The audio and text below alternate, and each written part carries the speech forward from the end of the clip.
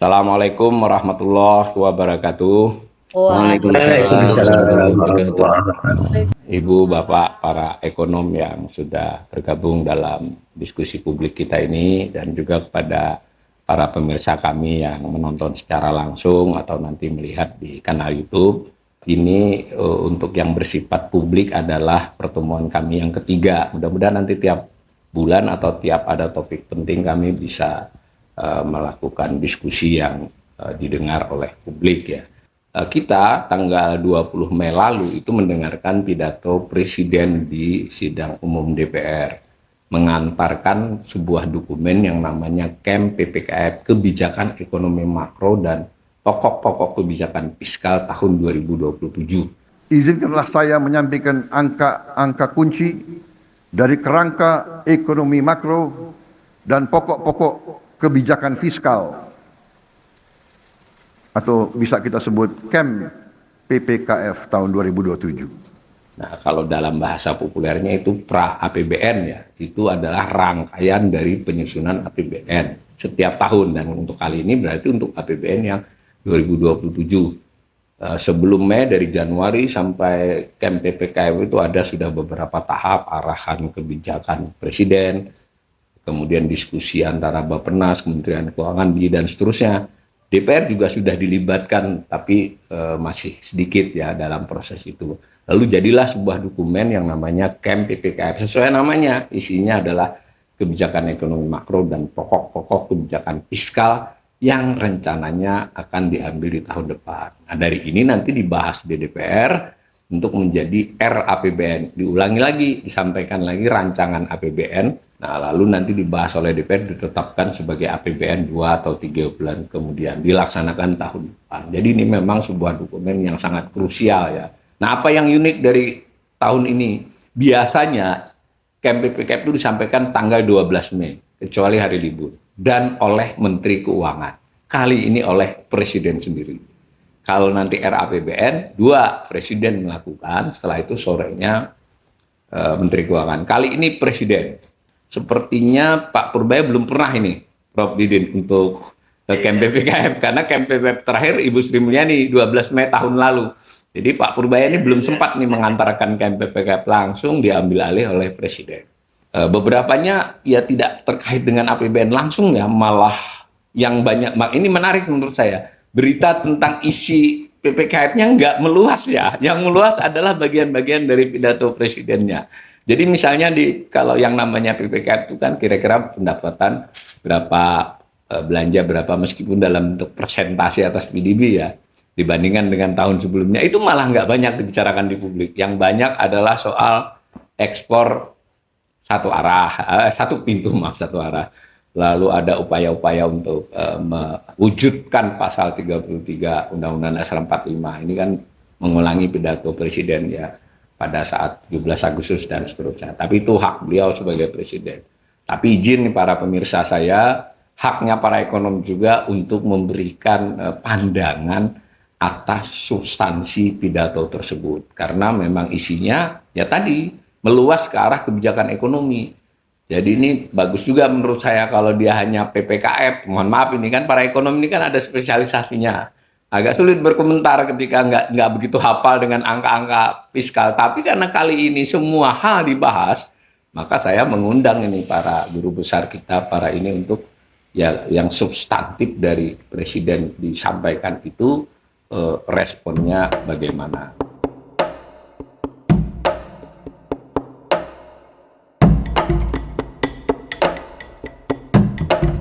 Termasuk golongan jalan tengah juga nih, Profesor Dr. Telisa dari Ekonomi UI. Silakan, Mbak Telisa. Ya, terima kasih Pak Awalil, Bapak Ibu, terima kasih. Udah digolong-golongkan kayaknya Pak Awalil ya. Bercanda, soalnya Ibu sama Pak Edin yang paling jalan tengah karena merasakan benar tekanan apa namanya mengambil kebijakan kan. Jadi kita butuh perspektif itu juga. Silakan, Mbak Telisa, Prof. Telisa. Iya, terima kasih Pak Awalil, sudah sangat lengkap pastinya dari Bapak Ibu lainnya. Saya mungkin izin menambahkan sedikit saja pandangan yang secara umum. Pertama-tama pasti tentu ada apresiasi ya, kalau kami kan selalu ya tadi di tengah-tengah tuh maksudnya ada hal yang memang bagus dari sisi ini sebenarnya kita banyak kebocoran, itu memang benar, under invoicing dari data Global Integrity Report tuh memang sudah lama kita tuh banyak kebocoran, tapi mungkin selama ini yang benar-benar serius gitu ya, itu memang belum banyak ya pimpinan yang serius ke situ, walaupun tentu yang lain juga sudah pimpinan sebelumnya, tapi ini memang lebih di state seperti itu. Nah, itu yang apresiasinya seperti itu. Nah, namun dari sisi yang lainnya ini mungkin yang pertama adalah dari sisi kalau saya melihat bahwa kebijakan itu kan ada step-nya, ada staging-nya. Jadi dari kita punya strategi jangka pendek, jangka menengah, dan kemudian strategi jangka panjang seperti itu. Nah, kalau kita lihat permasalahannya itu apa, tadi saya setuju dengan Bapak Ibu lainnya pada umumnya sudah menyampaikan. Jadi kalau kayak di disertasi mahasiswa itu atau kajian itu kan gini, kita biasa harus berpikir secara runut gitu ya. Nah, ketika kita menghadapi suatu permasalahan, nah permasalahan itu apa dan jawabannya apa, seperti itu. Nah, ini permasalahan pun ada dua ya, yang kita hadapi segera di dalam jangka pendek dan ada permasalahan yang di dalam jangka menengah panjang, seperti itu. Nah, yang kemarin disajikan itu kebanyakan memang untuk cerita jangka menengah panjang kalau saya, karena kan kita nggak mungkin ya langsung ujuk-ujuk dengan lembaga baru aja kan butuh setting up, butuh transisi, nggak mungkin langsung menghasilkan apa yang kita mau kan, pasti butuh proses. Nah, sedangkan masalah yang kebanyakan dihadapi itu kan yang masalah rupiah, masalah IHSG, masalah kepercayaan pasar. Jadi membutuhkan juga solusi jangka pendek seperti itu. Jadi yang kami lihat di situ masih ada yang kurang pas di sisi solusi yang disampaikan seperti itu. Jadi kalau solusi pembentukan badan itu kita melihat itu adalah di jangka menengah dan jangka panjang seperti itu. Nah, tapi jangka pendeknya apa? Nah, itu yang masih missing gitu, belum terjawab. Padahal kita banyak menghadapi masalah di dalam jangka pendek ini gitu. Nah, kalau menurut saya harusnya balance ya, ada jangka pendeknya juga segera apa quick wins-nya, terus di menengah panjangnya itu bagus untuk kita bahas juga gitu atau jadikan solusi. Namun jangka pendeknya ini loh apa, penyelamatan rupiah dan IHSG ini apa gitu yang terdekat untuk menghindari kepanikan yang sudah kita bahas ya di podcastnya Pak Oli, kan kita sudah bahas lah secara detail apa saja ada self-fulfilling panic, apa segala macam itu harus segera gitu.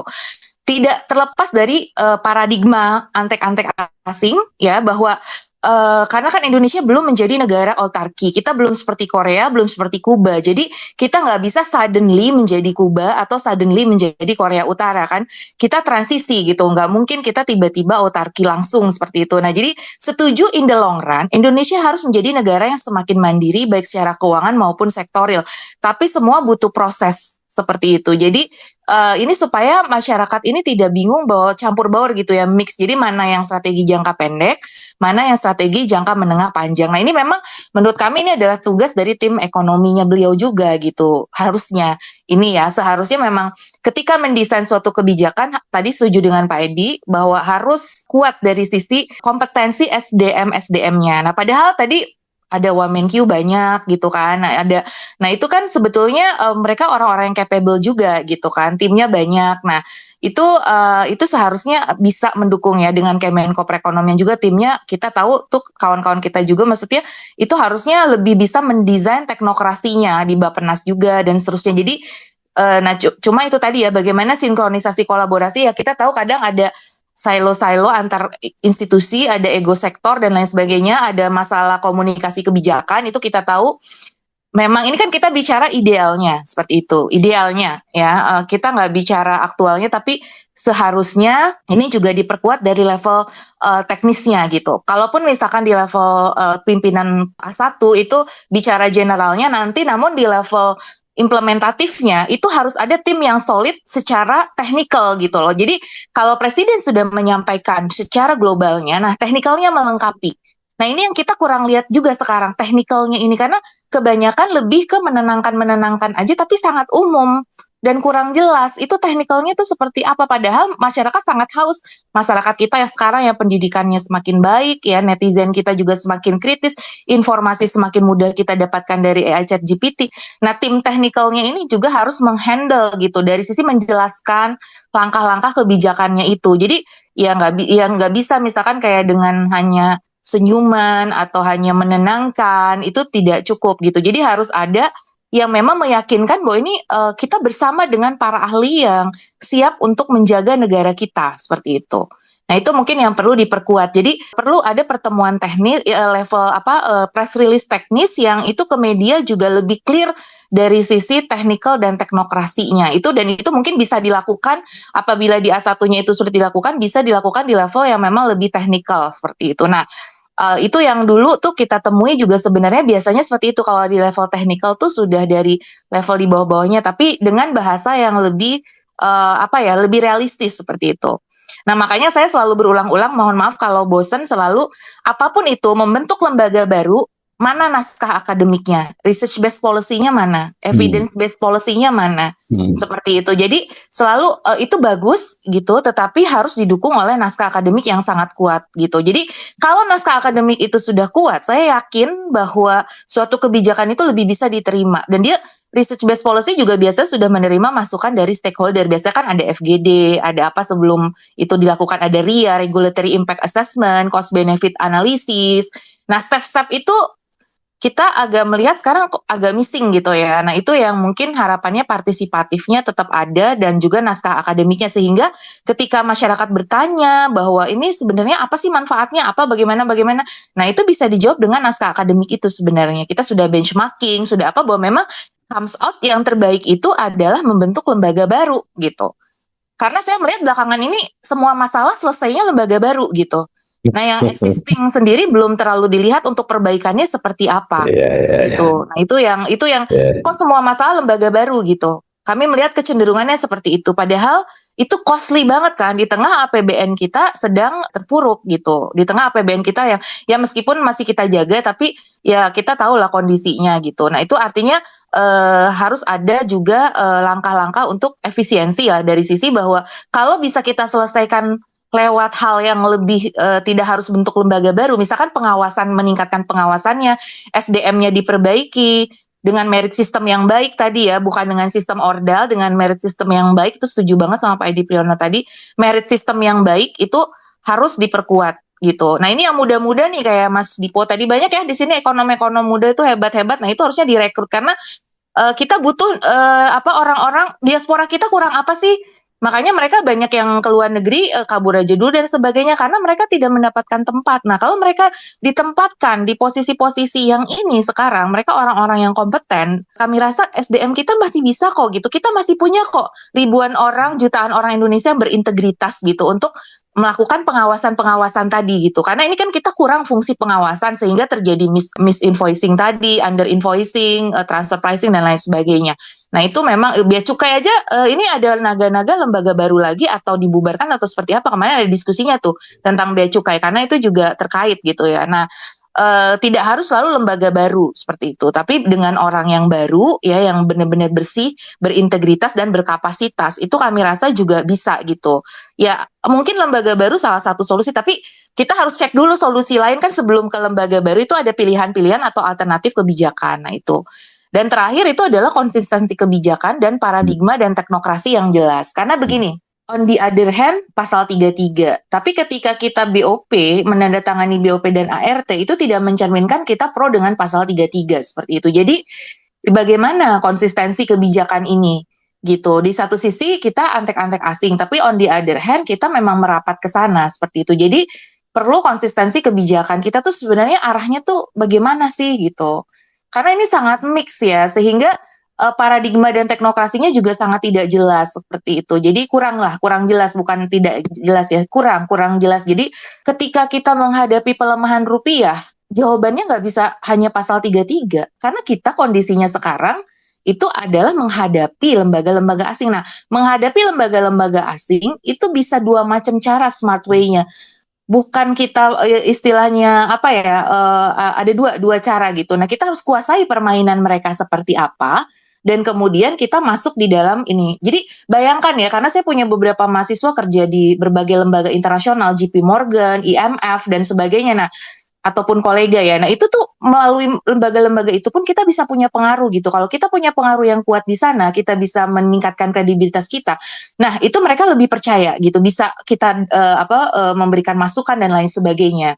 Gitu. Kita dapat investment grade itu juga salah satunya karena kita ya berusaha untuk menjalin komunikasi yang cukup intensif ya, dan kita juga melalui diaspora terus menggaungkan gitu di sana. Nah, artinya apa? Lembaga-lembaga internasional ini bukan berarti kita musuhi, tapi kita bermain cantik dalam arti kita harus bisa menguasai permainan mereka seperti apa, kita kuasai. Nah, baru nanti kita di situ istilahnya berdikari begitu. Jadi nggak bisa ujuk-ujuk berdikari terus kita ya udah kita lepas semua, kecuali kita memang sekarang autarki dari sisi permodalan, investasi dan lain sebagainya. Tapi on the other hand kita berjalan ke berbagai negara untuk mengundang investasi. Berarti kan intinya sebenarnya kita masih membutuhkan lembaga asing, cuma bagaimana posisi kita lebih setara dengan mereka gitu. Nah, supaya setara dengan mereka tuh apa? Kita harus tahu rule of the game mereka.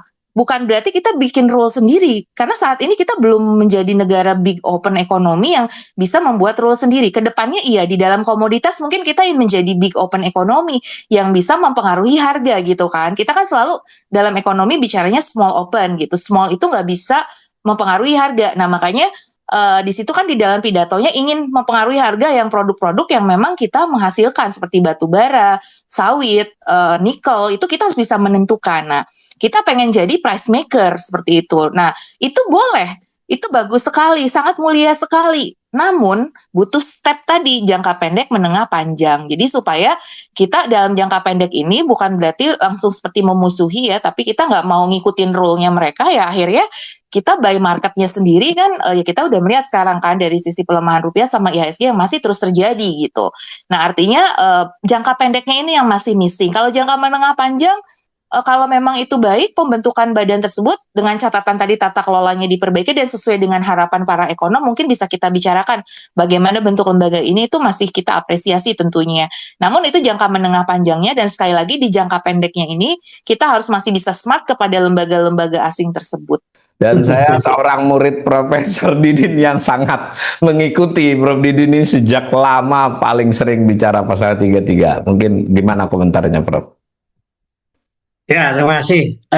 Jadi pidato di MPR sampai hari ini kan sudah 1,5 tahun, tapi ini Presiden merasa kok publik tidak bisa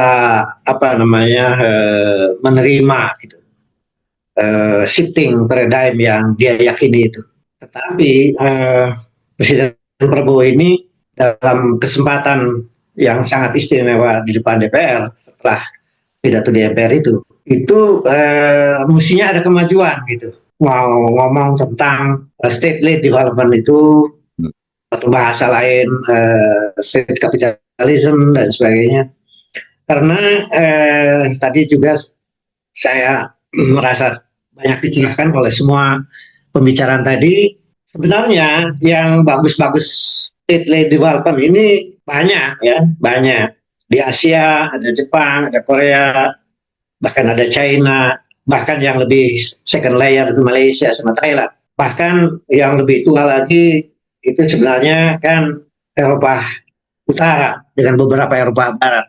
Tapi kalau dalam hampir 1,5 tahun ini cara mengimplementasikannya tadi udah disebut oleh teman-teman lain, tergesa-gesa, top down dan lain sebagainya, tidak melalui proses, bahkan tidak ada naskah akademik, bahkan pengawasan juga sangat lemah, maka bisa jadi jatuh seperti Venezuela gitu loh, baik pada zaman Hugo Chavez maupun Madura, sehingga Trump pun dengan mudahnya menculik Madura itu tanpa bisa diinterruption oleh PBB misalnya.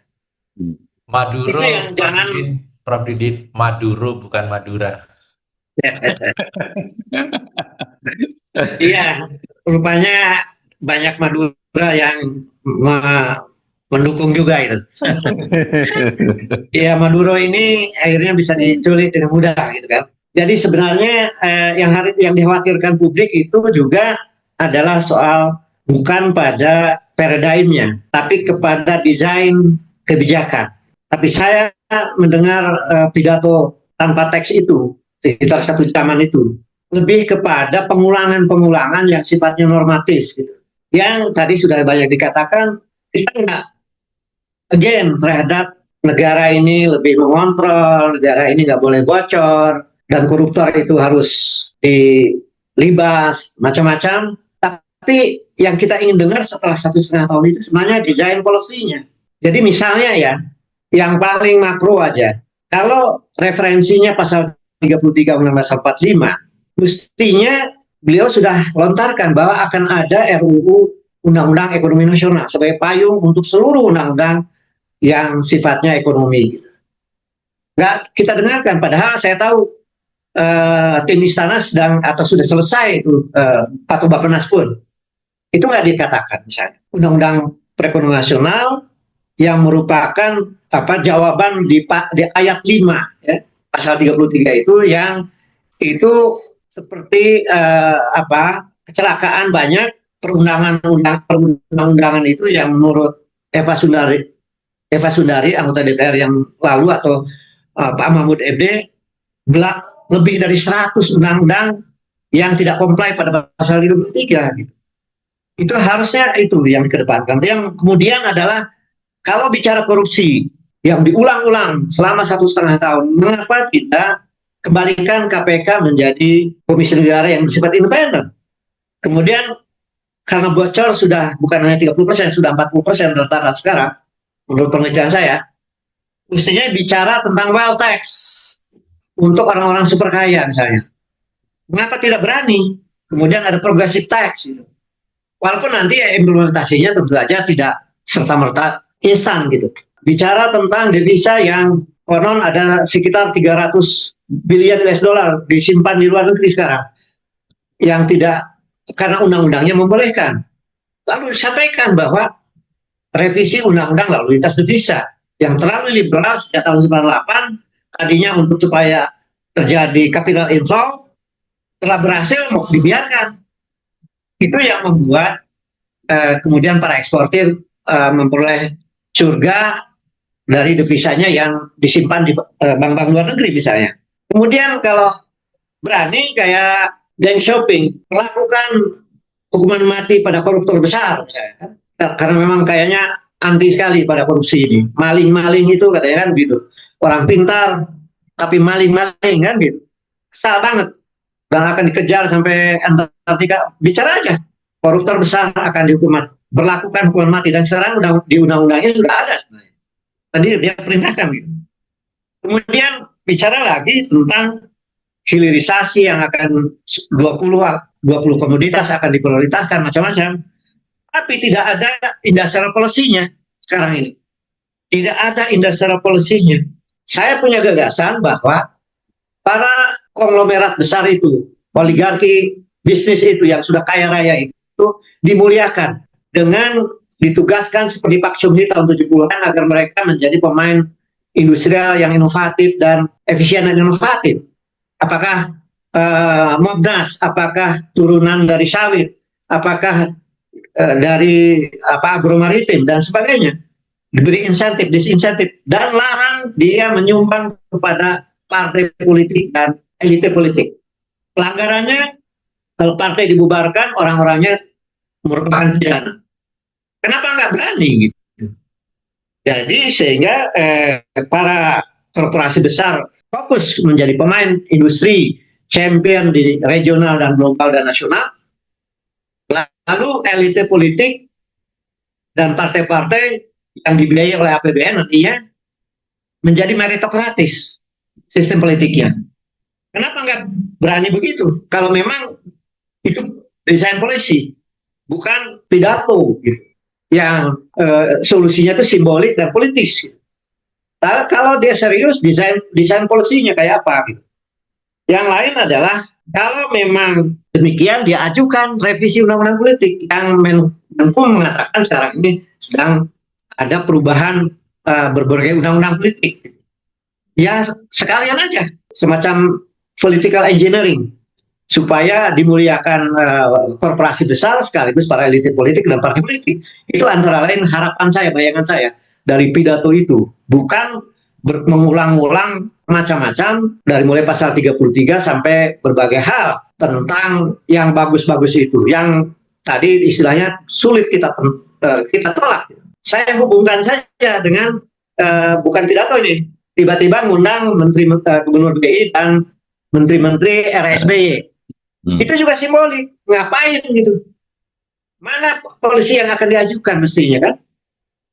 Jadi bukan ke pertemuan itu hanya sekedar simbolik, lalu seolah-olah lagi serius ingin, padahal persoalan utama kan rupiah terpuruk, IHSG terpuruk, walaupun sudah pidato presiden. Mestinya yang diajukan adalah mengapa tidak panggil misalnya Ketua OJK, BI dan sebagainya untuk ada supaya diperbaiki kaitannya dengan para pemain saham besar yang sekarang terus menggoreng-menggoreng itu. Sudah tahu tapi tidak dilakukan. Kenapa tidak langsung?